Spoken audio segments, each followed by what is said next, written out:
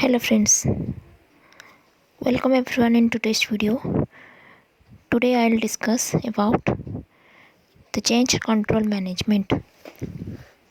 Many organizations don't fully understand the impact of change within the organization, and there are not many organizations out there that are good at it.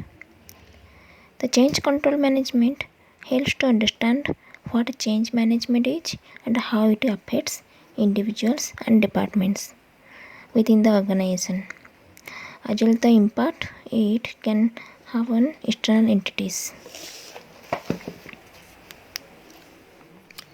So how we get success through change management? First we have to assess for change, prepare for change, then plan for change, then implement the changes, then the sustaining the change, then we will get success. What is change control? The change control is a strategic activity to bring about changes in document or process or methods. It can be for smaller period of time or it can be long-term usual. It can be informed to all the concerned departments for official approval of change control. Following procedures applies for change control. The procedure should always begin with a request for a change. This request should be formalized in some way, for example as a form and be signed. The request triggers the question of the impact of the change on the product quality or safety of the production. It can be necessary to define several levels of impact of product quality, but there should be at least two categories: major and minor impact. The treatment of these two options should be clearly different. There should be clear rules for the decision whether the impact of the change on the product quality and or on study is major or minor, who decides and why the decision is taken. For the management of the changes, an early decision is required of who should be involved. The decision should be taken by the process owner, who normally has the best knowledge of the impact of the changes on the product or study, or at least can estimate it with a high degree of certainty. The principle of double check-in should be implemented at this point of the procedure. A signature by the technical department is first required. Depending on the company's or sponsor's procedure, the quality unit can be involved as an approver to check periodically by self-inspection audit. If the owner has decided that the change is minor and there is no likely to impact on the quality of the product, it can be implemented. The change should be adequately documented. The implementation of the changes with a minor impact can be achieved in a very rapid and efficient manner using the checklist of standard changes. The list of these changes should have been approved by the quality unit. If the decision has been taken that the change can or will have an impact on the quality of the product and or safety of the production, the quality unit has to be involved. An adequate rationale and appropriate action plan should accompany such request. This builds the basis for the approval by the quality unit. After quality unit approval, the change can be implemented. If other aspects are affected by the change, for example safety aspect, additional release activities can be needed where such activities have been defined. This should be fulfilled before the refuse of the equipment.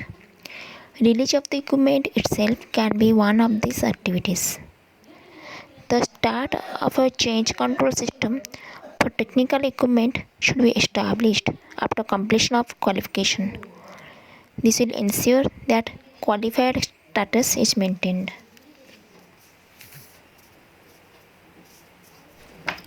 Change control before completing qualification need not possess the same degree of formality as it can be easier regulated and can proceed without the formal and immediate involvement of the quality unit.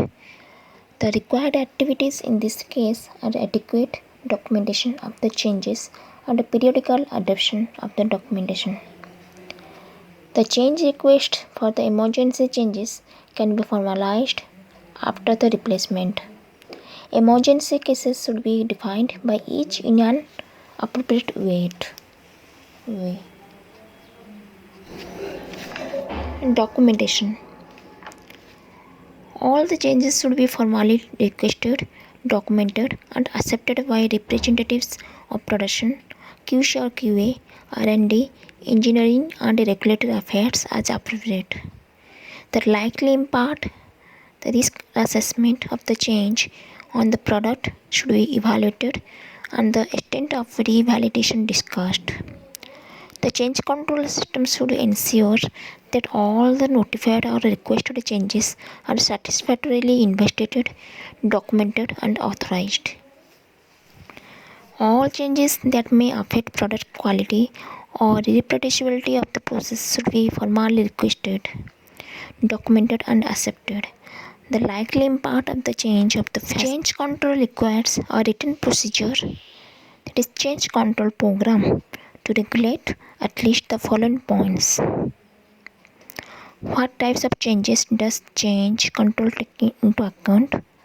For which areas does this operating instructions apply? Who can suggest or initiate changes? How changes are requested?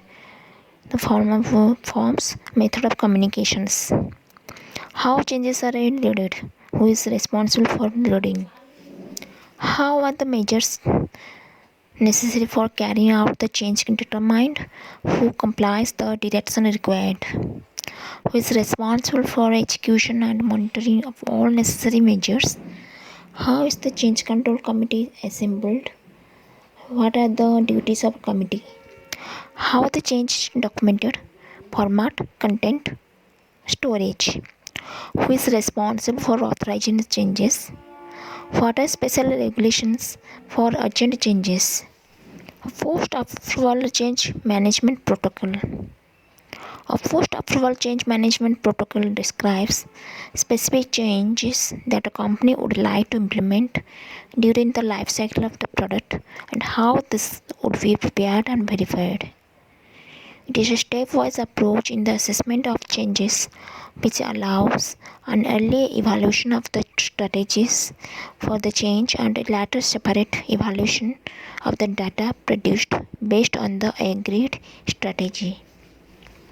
Such a stepwise approach is expected to lead to faster and more predictable implementation of the changes post-approval, since the MAH will have obtained agreement from the regulatory authorities about the proposed strategy and test to verify the effect of the change on product quality. Typically, the variation category designated for reporting changes under an approved post-approval change management protocol is at least one category lower than would normally be the case. Thank you for watching the video. You can write your views on this topic in the comment box.